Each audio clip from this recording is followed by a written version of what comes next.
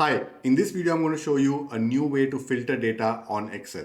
Now I already published two different videos in the past where I show you how to use the drop-down filters. That can be useful if you just want to generally filter data from time to time. There's also another video I published where I show you how to use the filter formula. That is useful when you want to have a permanent filter solution through a formula if you just want certain data filtered permanently. If you're interested in knowing more about those videos, I'll leave them linked at the end of this video and in the description down below. In this video, I'm going to show you how to filter data if you want it to be permanent, but you need to keep switching between the different filter options. It's very simple to do this. If you don't have a table yet and you just have data like this as a range, then the first thing that you need to do is convert it into a table by hitting Ctrl T. Click on OK and now you have a table. Once you have a table, go into Insert on your ribbon and click on Slicer.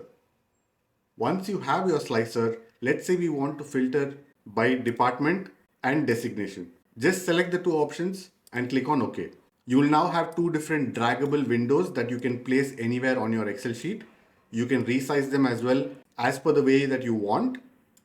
Make it look nice and neat. And now all you have to do is start clicking to filter out accounts. Click on customer support to filter out customer support. And if you want to have multiple departments that you want to be filtered, just click Control and select different options. So now if I've selected accounts, customer support and HR, you can now see that it will filter all of those options. You can also, instead of clicking on Control and selecting different options, you can select on multi-select and you can filter by selecting multiple options. Now you might notice that in this filter there are also three different managers.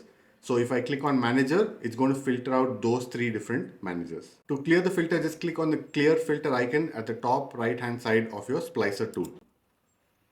To get rid of the splicer tool, all you have to do is select it and hit delete on your keyboard. Now click here to learn more about the drop-down filters or click here to learn about the filter formula.